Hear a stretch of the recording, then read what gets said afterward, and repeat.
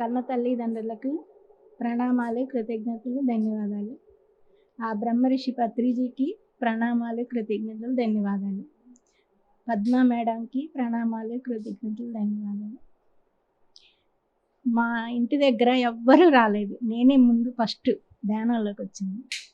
Srinivasarao master అక్కడ కన్నికా పరమేశ్వరి కళ్యాణ మండపంలో పెడుతుంటే 41 రోజు నేను వెళ్ళాను.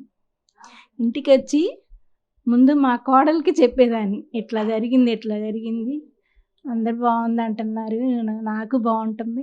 ఆ అమ్మాయికే తెలిసింది నాకు స్టార్టింగ్ మోకాళ్ళు నొప్పులు, హాస్పిటల్కి వెళ్ళాల, ధ్యానంకి వెళ్ళాను. అసలు ముందు నువ్వు ఎక్కడ పడిపోతావో అనేది నీ నడకలోనే తెలుస్తుంది, నువ్వు ధ్యానంకి వెళ్ళేది. ఆ అమ్మాయి నోటితోనే అనింది.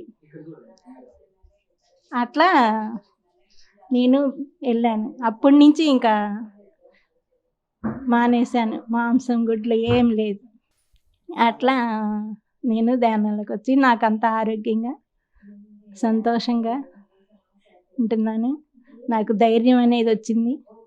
మా వారు చనిపోయారు, మా బాబు ఎంఎస్సీ చేసి చనిపోయాడు. నాకు ఉన్న బాధలు చెప్పుకుంటే తీరేవి కాదు. అలాంటిది నాకు ధైర్యం అనేది వచ్చింది ఈ ధ్యానంలోకి వచ్చినాక. ముందు దానికి ధన్యవాదాలు చెప్పుకోవాలి. ఒంటరిగా ఉంటున్నాను, అమ్మాయి పెళ్ళైపోయింది, ఇంట్లో ఉండాలి ఒక్కదాన్ని. ఎట్లా నాకు ఈ ధ్యానమే ధైర్యం ఇచ్చింది. కానీ ఫస్ట్లో వెళ్ళినట్టు మధ్యలో మానేశాను. కానీ మళ్ళీ అట్లా అదే బాగుంది, మానేస్తే బాగలేదు అనే ఇది మన మనసులోనే పెట్టుకొని ఇంకా మళ్ళీ ధ్యానం స్టార్ట్ చేశాం. నేను ధ్యానంలోకి వచ్చి 6 సంవత్సరాలు అవుతుంది. ముందు ఆరోగ్యంగా బాగలేదు, మనసు బాగలేదు, ఇంట్లో పరిస్థితి బాగలేదు. ఇంట్లో 2 చనిపోయి ఉన్నారు. అసలు మనం ఎట్లా ఉండగలుగుతాము అనే ఇది ఉండి ఇట్లా ధ్యానంకి వెళ్ళినాక నాకే అసలు ఒకరికి చెప్పేది కాదు, నాకే ధైర్యం వచ్చింది. కానీ 10 మందికి చెప్పేదాన్ని, ఇంటికి వచ్చి ధ్యానంకి వెళ్ళొచ్చి ఇట్లా బాగుంది మీరు వెళ్ళండి.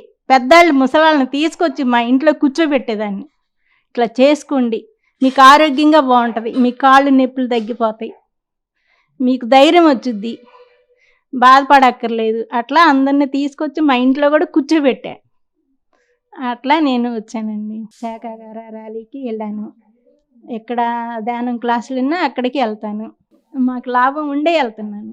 నాకు ఆరోగ్యంగా బాగుంటుంది. ఎక్కడ ధ్యానం క్లాసులు పెట్టినా నేను వెళ్తాను. పిఎస్సి ఛానల్కి ధన్యవాదాలు, ప్రణామాలు, కృతజ్ఞతలు.